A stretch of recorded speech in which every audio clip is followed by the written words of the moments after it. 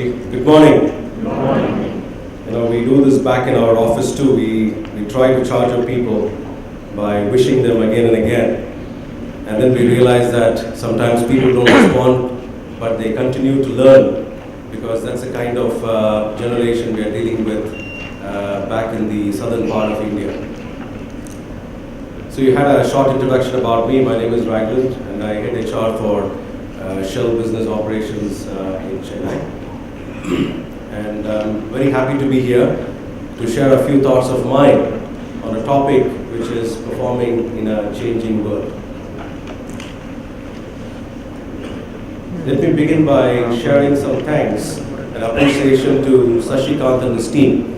4 years, and I look forward to this program which actually sets the agenda for the year. And the topic for this year has also been wisely chosen because this is one of the challenges that we face in our workplace too. How can we get people to collaborate? How can we get people to share? How can we get people to learn from each other? And that seems to be at the core of everything that organizations want to do in the 21st century. And I'm happy to note that my session is also coming in the beginning because I'm going to be talking about slightly broader concepts which I think are important for creating a culture which will nurture cross-pollination. Slightly broad concepts, and then I see the other speakers bringing in more depth, and I think this is going to be a great day for all of you. Technology which we use to track along with Facebook all over 2,000 employees to make sure that they were all safe. Technology has certainly brought about a lot of change.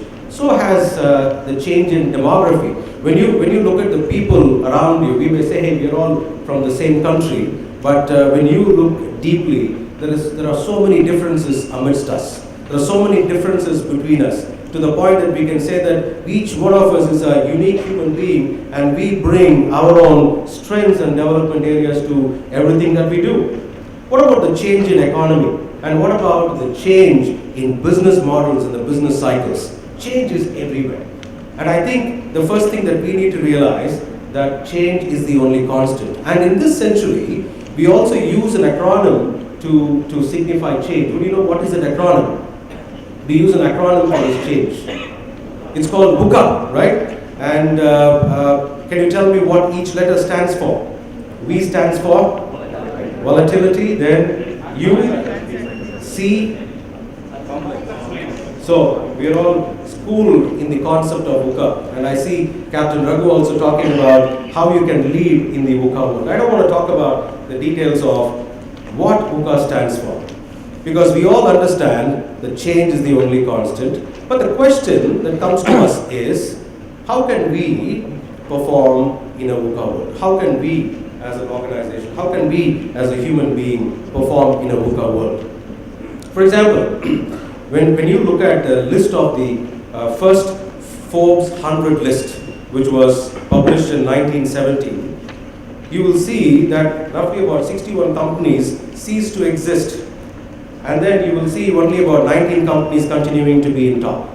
And when I look at my own organization, which has survived for greater than 100 years, they have gone through so many changes.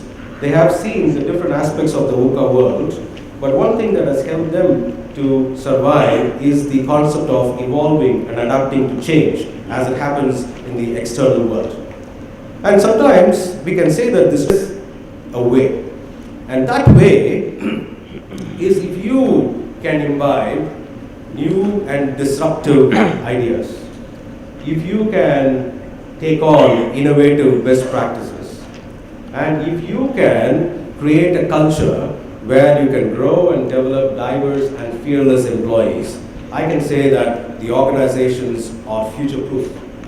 You know, but when you talk about innovation and creativity, what comes at the foundation of that is whether people are willing to cross-pollinate, whether people are willing to share what they know, whether they're starting with a mindset of openness to say, you know what, I'm not a master of many things. I don't know everything. I would like to learn something from you. And it's also about the other person willing to share something that they know. So cross-pollination is at the base of everything that we want to do as we build innovative and creative organizations, which is critical to perform in a changing world. You know, there was this famous corn grower who was growing corn, and every year he will go for the state competition, and then he will win in the competition for the farmer who is growing the best corn.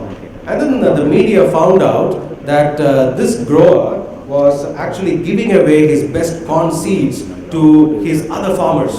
So they went and asked him, hey, you want to be the number one in the industry, but why is it that you are giving your best seed to the other farmers who are around you? And then he said, you know what, you need to understand how it works. If I give the best corn, best seeds to my fellow competitors who have their fields around my fields, they get to grow the best corn plants. And you know what happens? When the pollen gets transferred, when the pollen gets carried from their fields to mine, I will also gain and benefit by growing the best corn. And think of what will happen if they end up having bad seeds, and if they end up having a bad crop, that will impact me. And I think that's a root of cross-pollination. It's about sharing, it's about learning, and it's also about having an ecosystem where people can come together, share, and contribute. And on the logo, I see the concept of a butterfly, and this is something which the butterflies and the insects and the plants naturally do. So we are trying to spend a day to learn something which nature does very naturally. And that's what I'm going to be sharing in the next few slides as to what we do in a large organization like Shell, and especially Shell Business Operations with about 11,000 employees across 11 centers. What do we do to create a culture, to facilitate behaviors, to put together structures and frameworks which will help us to accomplish the overall vision of making Shell the world's most competitive and innovative energy company. And the first example that I'm going to share with you is about how you can have a culture. Do you believe that for cross-pollination to happen, you need to have a culture within your organization? Do you believe so? If you believe so, I think the first thing that we are going to talk about is a culture where differences are valued, and a culture where there is spirit of inclusion. Now, these are two different things that we are talking about. Organizations put a lot of effort into hiring people with different skills, different talent, because they know that if you have the right talent, if you have the difference in the kind of skills that you can bring, you will survive in the marketplace. But where they typically fail is, are you having a culture of inclusion where people feel included, where they feel fearless, where they feel valued so that they can come and share their best ideas. And that's what we do in Shell. We embed D&I in everything we do, and that is because if you have to bring together 90,000 employees across 70 countries, or in my own context, 11,000 people across 7 locations, and if you have to get them to share the best that they have, then you need a culture where differences are valued and the spirit of inclusion is available. But I think the key points for us today is how can we apply it to this particular conference is whether our organizations have a philosophy or have a written statement of D&I.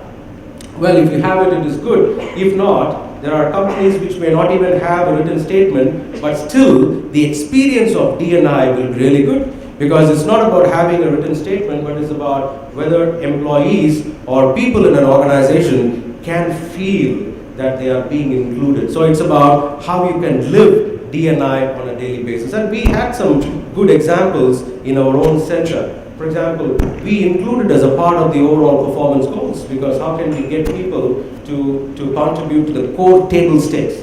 This is not something which we want to say it is nice to have, but this is something which is at the core of everything we do. So how can it be a part of your performance goals?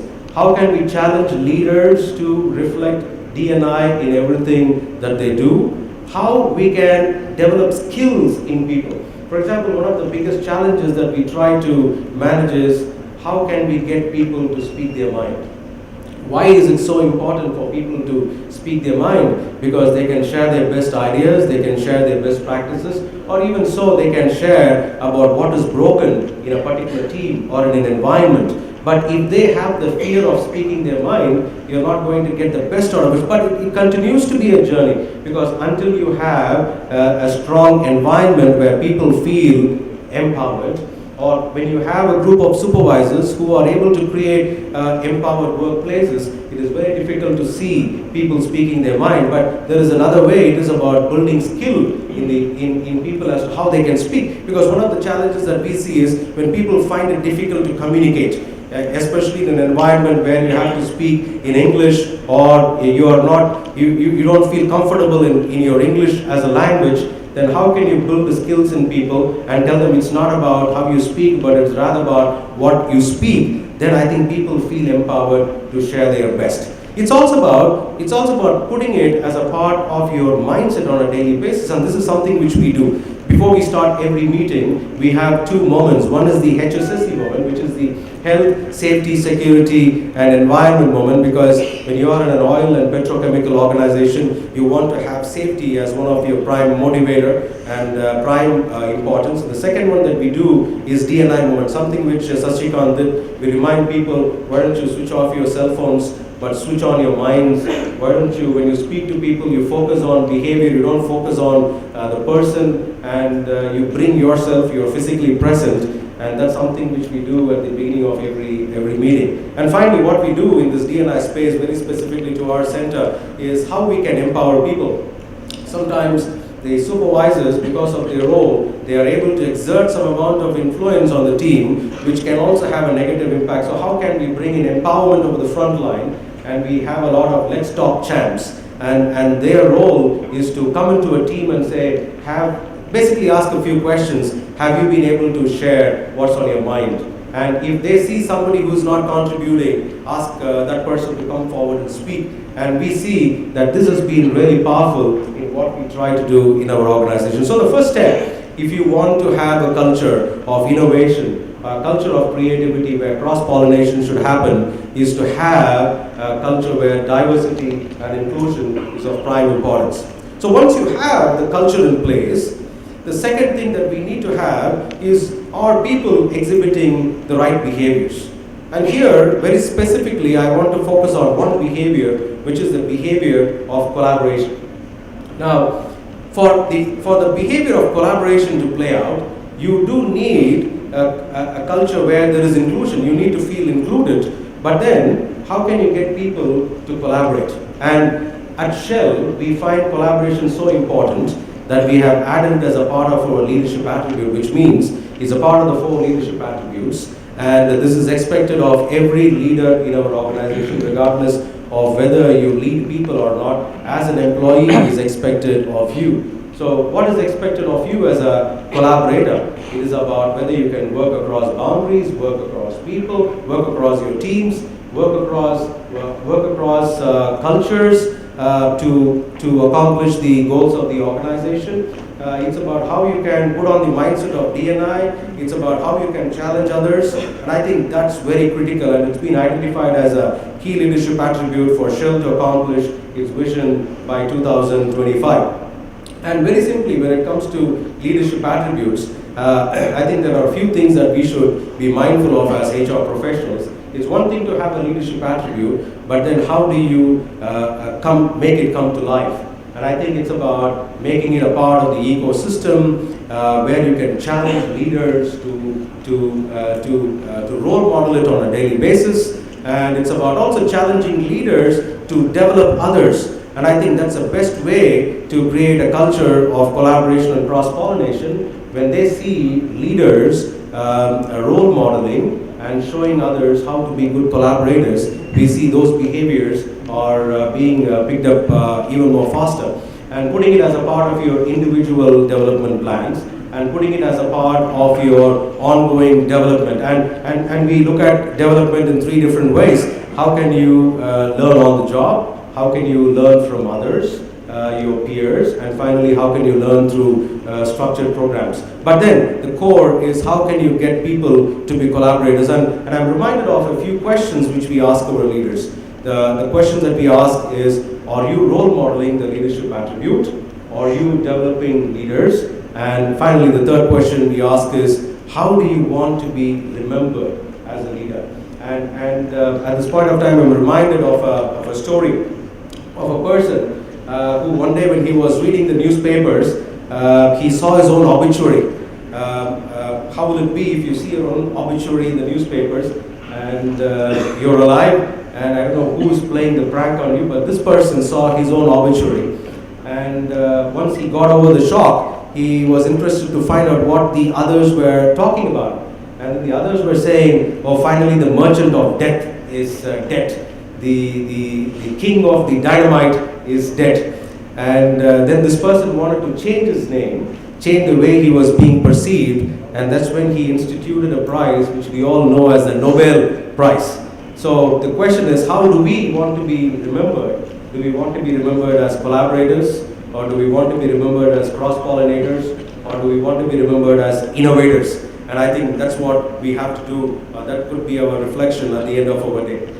So we talked about the culture, we talked about behavior, and the next thing that we need to do is how do we bring people together?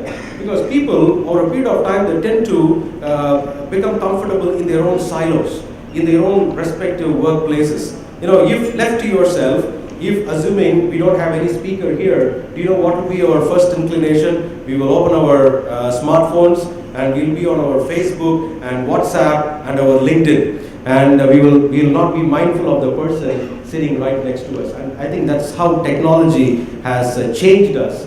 But it's also about bringing people together. And this is something which most of us will be doing. It's about leveraging a simple concept of networks. And in Shell, we give a lot of importance to it because it's a part of our overall strategy for engaging people and to create a spirit of inclusion in the workplace. But I think the focus is on how we can create opportunities for people to come together on a voluntary basis on common topics. It could be as simple as D&I or women's network or building resilience or building skills or building leadership skills, or we are evaluating some networks for people with disabilities. We have networks for LGBT, but the focus is on how you can create an environment where people can voluntarily come together and accomplish a few goals. What are those few goals? It is about creating connections between people. And when these connections happen, then knowledge sharing and cross-pollination takes place. It's about creating two-way communication between people and between employees and the leaders. It is about creating a culture where people can develop themselves into leaders. And it is also about breaking boundaries within the organization. And we did an experiment when we understood that people were doing well within their own networks, but then the networks were not networking amongst themselves. So then we started bringing the networks together onto one platform, and then they said, how is it that your network is growing faster than mine? Tell me what is it that you're doing differently? And then we saw real cross-pollination happening. So as human resource professionals, as leaders, while it is important to make sure that you have a culture, you have the right behaviors, it's also about bringing in the right networks or the right forums where people feel empowered to share their mind. Okay, if you were to break the organization into small teams, the question is, what can we do within these teams? How can we influence the culture within these small teams, which could range anywhere between 5 people to about 15 people, and create a culture of continuous improvement? And this is something which we do with a lot of passion in our place, which is called the Visual Management Board. And this by itself is an idea which got cross-pollinated from the manufacturing days to the services industry. When I go back to my initial days in Vistion, I remember experimenting with self-managed work teams, empowering people to perform multiple roles, or be the lean manufacturing concepts which we used to experiment in the manufacturing days, became Six Sigma and lean. And when I was in GE, we were trying to experiment with that. Has it brought value? Yes, of course. When I went through my own GB project, I remembered how I could bring data into every decision that I make. So we took something very simple, which is how can we make things visual for our people. And remember, we are a very visual generation. Our communication is much more effective if you were to put it on a plasma, or if you were to put it on a PPT, or if you were to share it as a small message, or if you were to share it on your phone, and if you were to make it short and snappy, because of the span of attention that we all have. And the process behind this is very simple. Teams come together for a few minutes every day, and they look at the process, the performance, and the problems in a very visual manner. And what is the value that we get out of that? And the value is empowerment, because data is shared. Information is shared in front of everybody. There is no more a culture where data is hidden, where it is available only with a few people. Second, people share best practices amongst each other, because when you put a problem in front of people, they're able to say, hey, there is a better way of solving this, and here is the way of solving this. And there is this opportunity for you to reward and recognize people. There is this opportunity for you to bring people together. And I think the best value for me as a leader is how are you able to drive your operations on a daily basis and help your people to understand the link to the overall organization goal. And I think that's important in helping them to understand where is Shell going, where is Shell business operations going, and how as a team, a small team based in Chennai, we are connected to the overall big picture, and how each and every one needs to come up with continuous improvement ideas and innovate together. So visual management boards are very effective, especially when you're talking about a multiple generational workforce, which is very visual in nature. Okay, we talked about the teams, but then finally we'll come to how are you going to help an individual. And I think that's where we will talk about a few models that we use. And here I'm talking about how you can use talent management to create a culture of innovation and creativity. And I think we're all very sure, very clear in understanding and knowing that if you have the right talent, your organization will certainly win in a competitive and a changing workplace. But most organizations are good at bringing the right talent, but they have challenges in managing them well, or in developing them well, or especially in having processes of how you identify high potential employees and high performing employees and grooming them to the top. So the first step that we need to understand is whether you have an integrated process, a process which is seamlessly working right from the time you acquire people, to the time you develop people, and to the time of how you identify your high potential employees. And we spend a lot of time, and I think it is not about HR coming in together. Our role is basically to put a mirror to our leaders and challenge them to find out whether they can do this on a daily basis in their respective business verticals. So whether there is a process. The second one is something which has been very crucial for us. It's about how do we move people across. Even though we are a finance shared services center with verticals which are within the finance domain, what I understood when I took on this role about 4 years back is people are comfortable in their own specific domains, and they don't want to move out, either because their leaders are telling them, you know what, why don't you be here for some more time because you will grow in this organization, or you know what, this is your comfort zone. But then our biggest challenge was how do we move people across? And I used these simple visuals to change the mindset of people, and the concept is very simple. The career ladder is no more a huge reality, but rather it is more of the career tree in a large organization like ours. While you will still see people moving up the ladder, the best people certainly moving to the top, but I think the mindset that we wanted to change is there are different career tracks for people. And it could be a vertical, it could be a horizontal, it could be a zigzagged, or sometimes you can choose to be seated on one of the branches and enjoy the view. Because there is no requirement for you to move out of your role out of 4 years or 5 years, because you continue to still provide value to the organization. And it required a lot of discussions, it required a lot of communication, it required a lot of building in frameworks to get the line onto your side. But then when we looked at what we had accomplished after about two years, we saw that close to about 35% of people were moving across the processes and what was the benefit for the organization. It was basically cross-pollination. Some best practices happening in one vertical, moving to another vertical, and in the process people felt richer, people felt more valuable, and the processes became more valuable. The next thing is what we talk about is what are you doing with conversations with your people. Most of the time we are good at getting people in, we are aligning them to line managers and we tell them go and do your stuff. But I think what people look for these days is what is the organization speaking to me, what is the line manager speaking to me. So when we were working on how to build an innovative workplace, we said, okay, line managers should have good conversations with their people, and then I said it is going to be a minimal standard. You need to have your one-to-one. But then what happened is people started having their one-to-one, but then the next challenge was what is happening within that one-to-one. That's where we use this framework. What are those 6 questions you need to ask in a standard manner? You can adapt it to your own style, to your own ways of asking, but what are those few questions which you will ask in depth with your talent, with your people, so that they know that they are being valued, they are being cared for, they are working on the right goals, they have all the support systems that they need, and they are also working towards the goals of the organization. And what will happen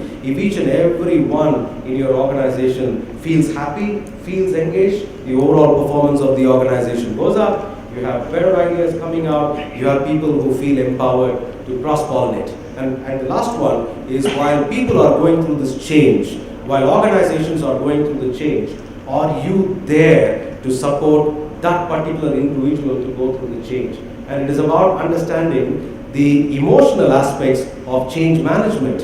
And it is not about saying from tomorrow you are going to be moved to a different process, or this process is getting ramped down, or this process is getting ramped up, or a new technology has come in, or your unit is getting merged with another unit. I think it is about thinking upfront as leaders, as HR professionals, to find out what is it that I can do better to communicate effectively. How can I get leaders to be on the spot? How can I make sure that people are having the answers in terms of why they are going through the change, why they should go through this pain, how we can help them to answer the emotions of anger, emotions of unhappiness, how we can help them to understand what this change means for them and how they will benefit as they go through the change. And if we can put our focus to an individual in your workplace and help them to be comfortable with all the changes that are happening, then I think you have an organization which will certainly be able to perform in a changing world. So what we saw in the last few slides is about creating a culture where differences are valued, where there is a spirit of inclusion, and then it's about having a behavior of collaboration which helps people to cross-pollinate. Then it's about bringing people together within the organization, which is breaking silos, breaking the mindset of a siloed mindset. Then it's about having a culture of continuous improvement in your teams. And finally, we talked about how we can take care of each individual in your organization as a talent so that they can come out with their best and helping them to go through the change. So I've given you a broad spectrum starting from the culture to the individual of the organization. So I think if you are able to use some of this or most of it and apply it, adapt it to whichever context you are coming from based on the need, you should certainly be able to say, yes, I have an organization which is innovative and creative. And I think that's what we will see. If you really need to perform in a changing world, you need to have an organization which has creativity and innovation at the core of everything that they do. Why? Because if you don't have, then you will not be able to evolve as an organization and adapt to a changing external environment. But then we will not be able to do this as HR professionals, as leaders, if you don't understand one simple concept. And let me close by sharing this simple story with you. So there was this man who, when he was 20 years old, he said, I want to go and change the world. And then he spent the next 20 years trying to change the world. At the end of 40 years, he realized, you know what, it's very difficult to change the world. And then he said, okay, let me go and change my own country. He spent another 20 years, he tried and he failed. And then he said, okay, let me at least try to change my family. He tried to change his family, he was 80 years, and then he became wise. He said, if I had changed myself when I started this journey, the country, my own city, and my own family would have changed. And I think if you need to become successful collaborators, if you need to become successful cross-pollinators, the change has to obviously start from each and every one of you. And I think it's not about asking yourself, what is that one brilliant idea which I picked up from this conference? It's about asking, what is it that some others are doing which is helping them? Can I emulate them back in my workplace? What is that something new? Will it be applicable to my workplace?